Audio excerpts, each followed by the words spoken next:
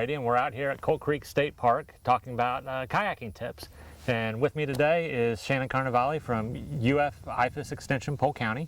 And we're going over the different types of kayaks, gear that you should take with you, and how to prepare for getting out on the water. Thanks for coming today. Thank you so much for having me. Well, I kind of want to go over a little bit of what we have here, our setups. We have two different types of setups here, and kind of want to go through, start a little bit with the differences in the kayaks that we've got here. Okay, so what we have here are the two main varieties of kayaks. We've got a sit-on-top kayak and a sit-in kayak. Both are really great for most uses in Florida. Something you might want to consider is a shorter vessel if you're not sure what you're going to be doing. So the shorter kayaks like we both have are more multitaskers, whereas the longer kayaks, the 16 to 22 foot range, those are really for touring. So they're not great on small twisty rivers, but they're great for big lakes, long, wide rivers, that sort of thing. With the sit-on tops, this is typically what I recommend for beginners, mostly because they're easier to get in if you fall out. Sure. They have adjustable foot pegs, which are also really nice for beginners because they're just starting to figure out how they want to sit in the boat. And so there's a variety of sit-on-tops and sit-ins. Yours, I noticed, has a nice wide opening, probably quite nice in Florida. Yeah, it's easy to get in and out of, really. It also has the adjustable foot pads inside, a couple of drink holders, a padded seat that adjust for how you want to sit. So it's really not that bad, but I agree with you that that's a little bit more for the beginners. But also, I mean, it lends itself to some other versatility that you might not get in this. Especially with your upward movement.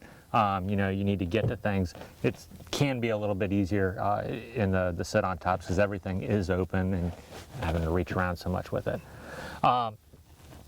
Let's go through kind of like some of the different features, some of the gear that you have here in preparing and what you want to do for your day.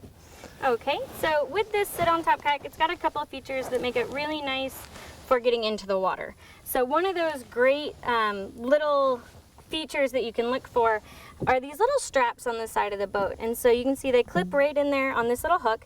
And what this is for is after you put your paddle together, when you're trying to get in the water, it'll hold your paddle on the side of the boat so you don't have to. So that's really great when you're trying to get in after you're in the water. And then just to set it up, what you do is you unhook this right here and pull your seat back. And then you just take these little hooks and they attach right to the little eyes on the back. And then all of a sudden, you have a padded seat. Now, I do want to bring to your attention, unlike yours, the sit-on tops do have the hard plastic bottom and there are holes that go right down. So you will inevitably always be sitting in water in one of these, which in the heat of Florida can actually be kind of nice. So that's one of the interesting features of the sit-on-top model. Now, don't some of the sit-on-tops also offer a padded seat that you can put in, kind of like an aftermarket type of thing? Yes, you can buy countless accessories for these things.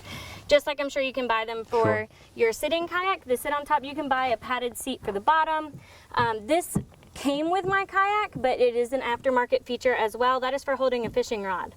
So if you're interested in doing fishing while you're kayaking, having a rod holder like that will make your life significantly easier.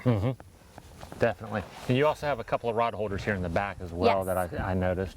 And those are built in. Those would be a little more difficult to do aftermarket because you'd have to drill holes in your boat, but it can certainly be done.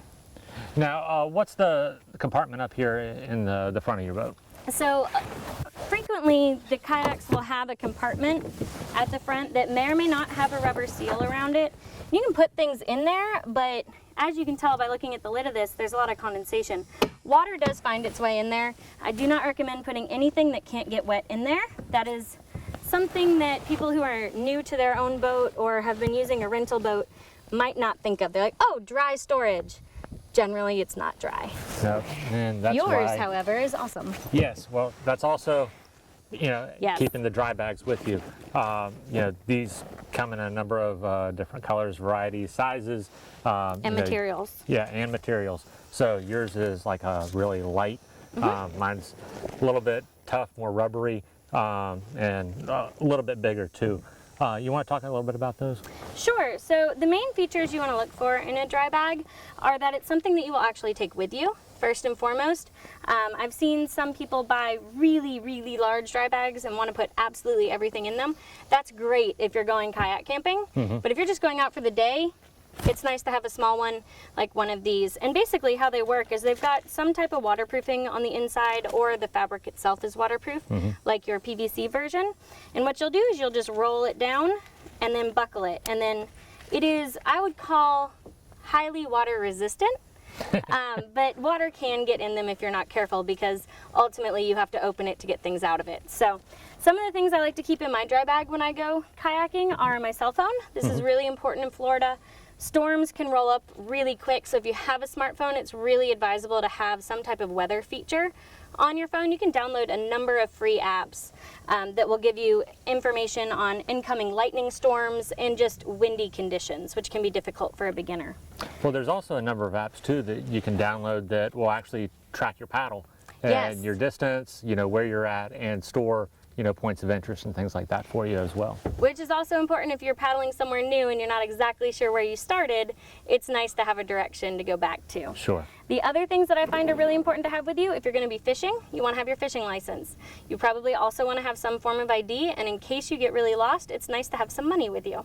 So I recommend taking your wallet, or at least part of your wallet, with you. Your fishing license you can actually now store in your cell phone. FWC has an app for that. And then if you've got a car that's relatively new, say after 1998 perhaps, there's a good chance that there's a computer chip inside your key fob, or some of our really new cars have computer chips inside the actual key. And so these, if they get wet, may not open your car, or if they do open it, might set off an alarm when you try to start it. So keeping your keys in the dry bag is also a great idea, and it helps you not lose them. So as long as you have your essentials and you have a dry bag that will fit them, you should be good to go.